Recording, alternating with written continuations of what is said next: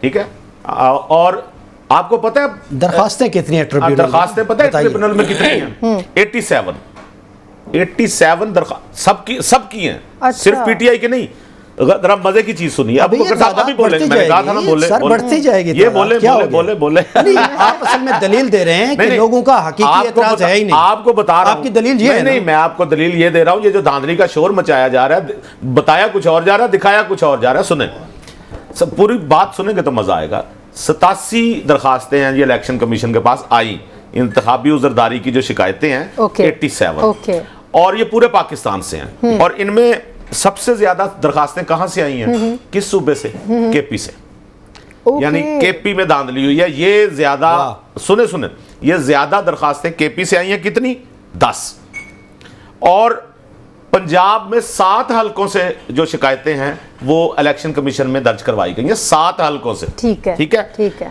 اچھا, پورے ملک میں باقی جو ہیں وہ یہ ٹوٹل 22 حلقوں کی شکایتیں ہیں, یہ ذہن میں رکھیے گا. ٹوٹل 22 حلقے, یہ جو 80 کا شور 100 کا شور مچایا جا رہا ہے نا, اور باقی پورے ملک میں 5 ہیں شکایتیں. اچھا دیکھیں, کتنی ہوئی ہے ویب سائٹ پہ, نہیں ٹوٹل بتا رہا ہوں نا. باقی ویب سائٹ پہ جو فارم لگائے گئے, فارم 34 ایک سیاسی جماعت نے, فارم 45, ہاں 34 حلقوں کے فارم لگائے گئے ہیں. 34 حلقوں کے 45 فارم لگائے گئے, اور ان میں سے بھی کئی ایسے ہیں کہ جس پہ سائن موجود نہیں. اس پہ یہ پلی لی جاتی ہے کہ جی سائن ان کے فارم پہ نہیں, باقی جماعتوں کے سامنے. اب میں عرض کر لوں جی ابو بکر صاحب, آخری جملہ, ابو بکر صاحب آخری جملہ. جی تو باقی جماعتوں کے بھی فارم 40 لگاتے نا کہ ان پہ سائن ہیں, یہ جو ہم نے لگایا اس پہ نہیں. میری گزارش سن لیں سر, میری گزارش سن لیں. یہ جو آپ جن درخواستوں کے آپ ویب سائٹ پہ لگنے کی بات کر رہے ہیں, 14 دن میں الیکشن کمیشن کو فارم 45 اور فارم 46 لگانا آئینی ذمہ داری ہے. کیا اس نے پوری کی؟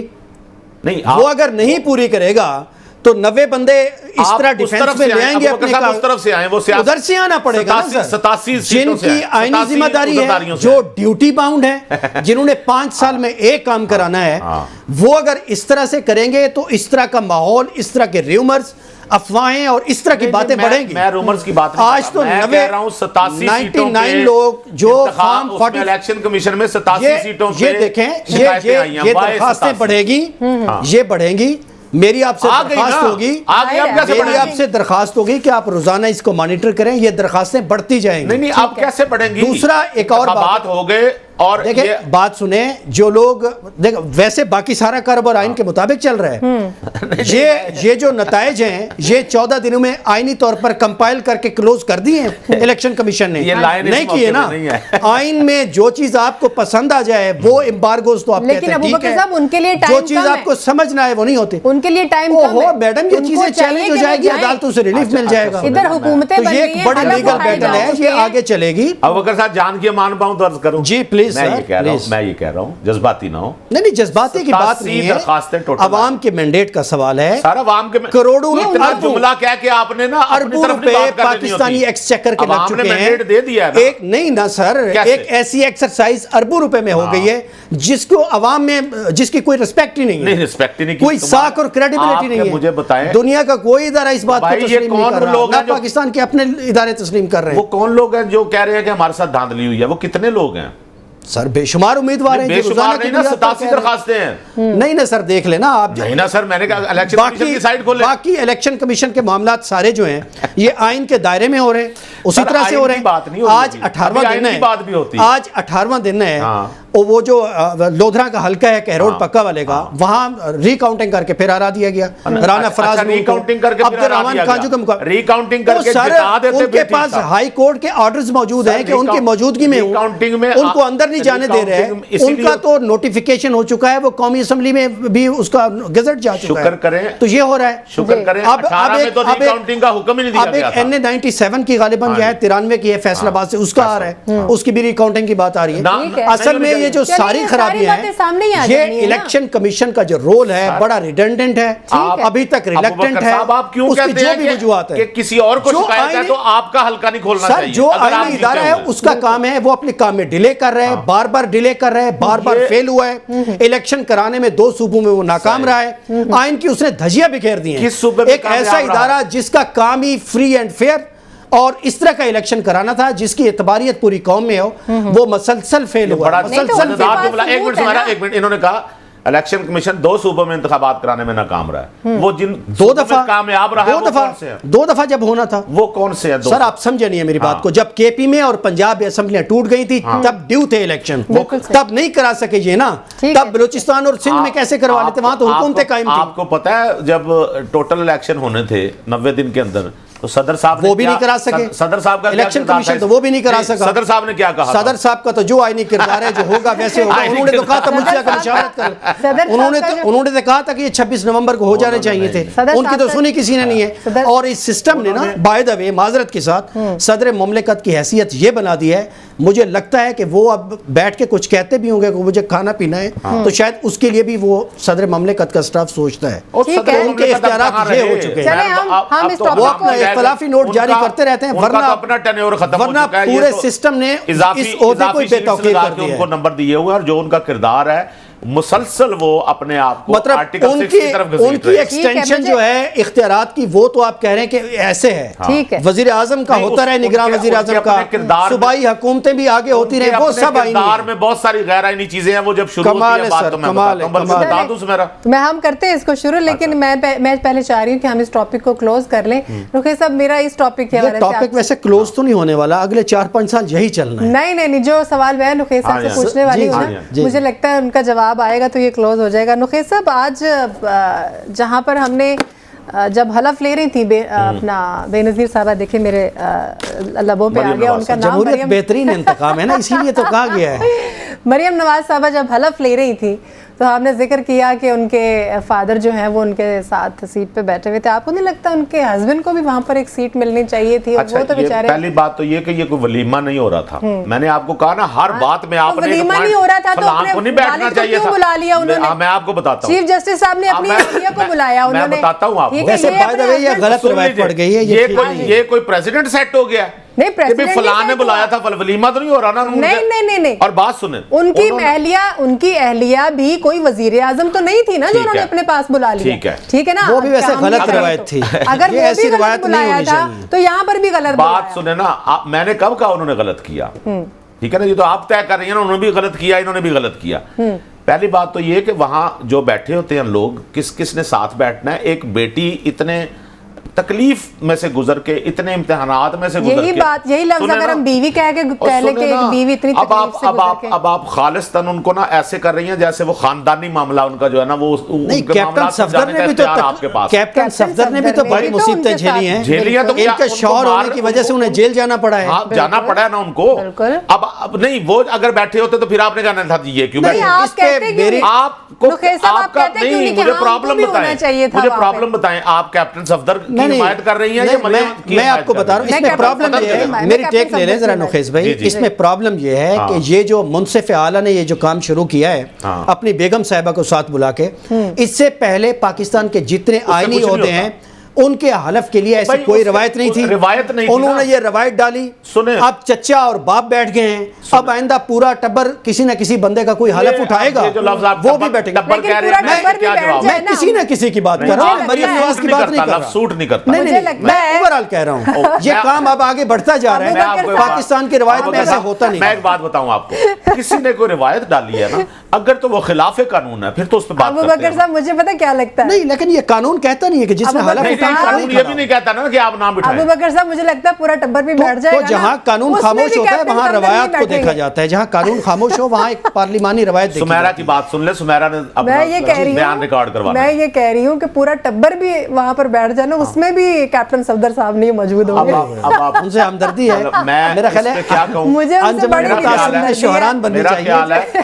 دیکھیں سارے جو، اب میں تو اخلاق کے دائرے میں بات کروں گا نا، درست بات ہے، جو دوسری طرف کا بھی ایک ٹبر ہے، وہاں پہ آپ کو پتہ ہے ان کے خان صاحب کی جو بہن ہے، جی جی، ان کے ہسبینڈ کے ساتھ اپنے تعلقات ٹھیک ہیں، کیا اس پہ بات کر لیں؟ لیکن وہ وزیر اعلیٰ کیا اس پہ بات کر لیں؟ وہ وزیر غلط اعلیٰ بات ہے، غلط نہیں، ہم نے نہیں کرنا، دیکھیں ان کا نام بھی نہیں لیں گے. عمران خان کے آپ کو بھی پتا ہے پالیٹکس صرف عمران خان کر رہے ہیں, نہیں, میں آپ اس کے علاوہ ان کی جماعت کی کسی فیصلے میں کوئی فیملی ممبر شامل نہیں. سن لینا, یہ آپ صرف نواز شریف کی بات نہیں کر رہے, آپ ان کی بیٹی کی بات کر رہے ہیں. میں صرف بتا رہا ہوں, میں تو ہر اس سیاسی سن لینا بات. میں یہ کہہ رہا ہوں اگر اس قسم کی باتیں کرنی ہیں تو اس کے لیے کم از کم مجھے تو اس شو میں نہ بٹھائیں.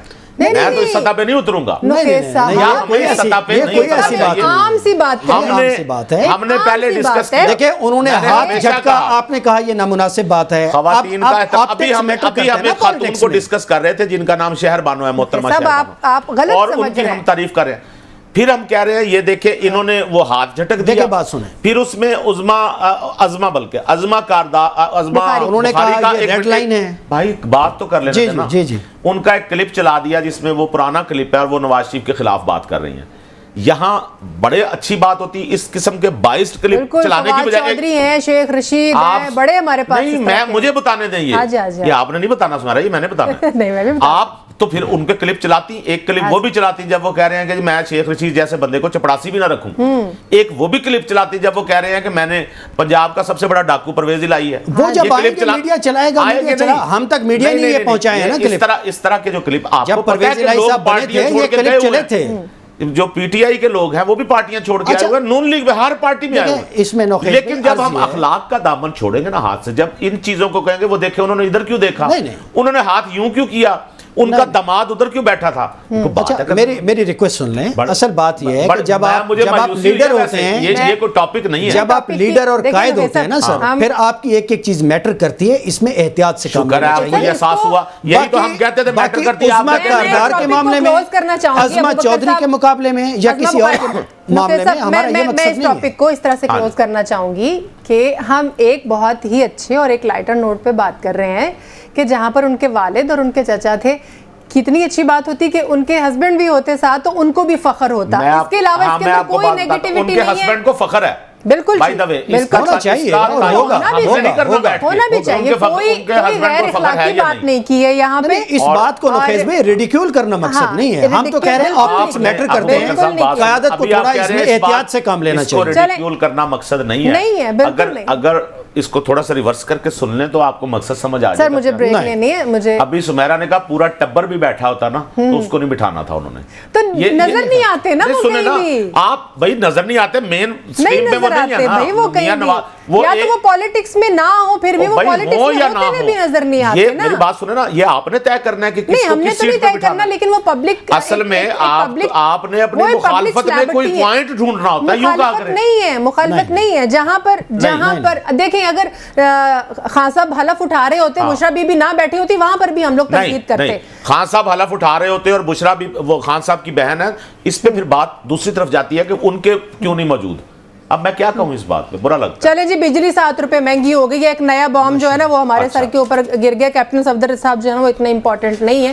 بجلی مہنگی ہو گئی ہے, ہمارا تو سب سے زیادہ یہی کنسرن ہے. پہلے اتنے زیادہ بل آ رہے ہیں. ایک بریک لے لیتے ہیں, بریک کے بعد جب ہم واپس آئیں گے تو بات کریں گے. ساتھ رہیے گا آپ ہمارے.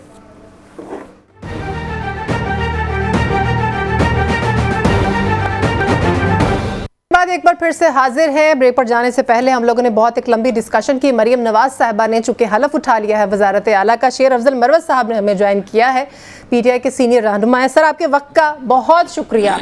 آج حلف اٹھا لیا گیا ہے مریم نواز صاحبہ کی طرف سے, اور وہاں پر ہم نے دیکھا کہ ہم تو پی ٹی آئی ہی کہیں گے, وہ ظاہر ہے وہاں سے واک آؤٹ کر گئے, چلے گئے. آپ کو نہیں لگتا کہ وہاں پر بیٹھنا چاہیے تھا اور اس چیز کو فیس کرنا چاہیے تھا؟ کیونکہ اپوزیشن ہم نے دیکھا ہے, ہسٹری میں دیکھا ہے, پی ٹی آئی ایک بہت اسٹرانگ اپوزیشن کے طور پر اپنا رول جو ہے وہ پلے کرتی رہی ہے.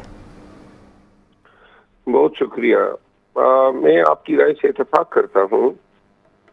واک آؤٹ کے بجائے وہاں پہ بیٹھ کے جو ریشدہ مینڈیٹ کے ساتھ ایک ایسے وزیر اعلیٰ کو منتخب کیا گیا جو خود ایم پی اے کی سیٹ ہار چکی ہیں, تو احتجاج جو تھا اس کی شکل یہ شاید مناسب نہیں تھی, بلکہ وہاں پہ بیٹھ کے ان کو مکمل پروٹیسٹ کرنا چاہیے تھا, اور عوام نے جو مینڈیٹ دیا تھا اس کا تاثر ایوان کے اندر ان کو بنانا چاہیے تھا. ٹھیک ہے. تو یہ مروت صاحب, یہ ہدایات ان کو کس نے دینی تھی آپ کی پارٹی کی طرف سے؟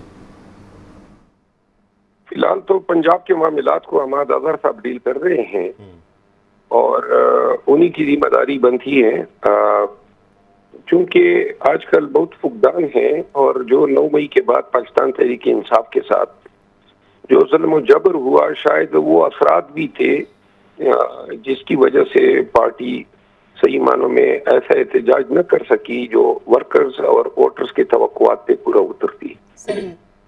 اور یہ بھی پاسبل ہے کہ چونکہ نئے لوگ آئے تھے اس دفعہ اسمبلی میں، تو شاید انہیں سمجھ نہ آئی ہو کہ کس طرح سے بات کرنی ہے یا احتجاج کس طرح سے کرنا ہے، یا کوئی لیڈ کرنے والا نہ ہو.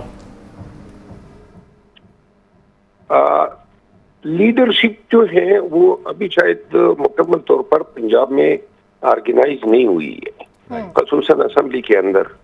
تو ان کو شاید تھوڑے ایام لگیں گے کہ پارٹی کی طرف سے گائیڈ لائنز ملے اور ایسے معاملات پہ کس طرح رد عمل دینا ہے، ان پہ شاید 3-4 دن مزید لگیں گے. اچھا سر، ایک تاثر یہ بھی ہے کہ آپ کی جو قیادت ہے، عمران خان صاحب جب سے جیل میں گئے ہیں اور ساتھ حالات کی رفتار اتنی تلخ ہے کہ شاید آپ کی جماعت کا جو اوورآل رد عمل ہوتا ہے معاملات کو لے کر، الیکشن کے معاملات کو لے کر، شاید ویسا مؤثر نہیں رہا. آپ کا بھی ہم دیکھتے رہتے ہیں، آپ کی ذات کو لے کر بھی کچھ مسائل ہیں، پھر بیرسٹر گوہر صاحب کے ساتھ بھی آپ کا ایک تند و تیز جملوں کا ہوا.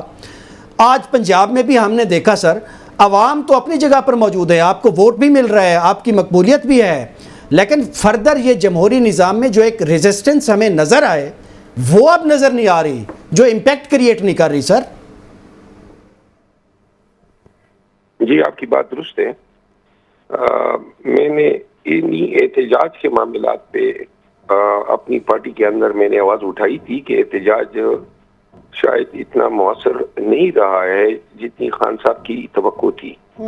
اور جہاں تک بیرسٹر گوہر صاحب کے ساتھ معاملات کا تعلق ہے، بیرسٹر گوہر صاحب اور میرے درمیان کبھی اختلاف نہیں رہا ہے. اور وہ جو میں نے فکرے کہے تھے کہ احتجاج جو ہے شاید ناقص رہا ہے، ان کو اس طرح کنسٹرو کیا گیا کہ گویا میرے بیرسٹر گوہر صاحب پہ کوئی تنقید کی ہے. ٹھیک ہے.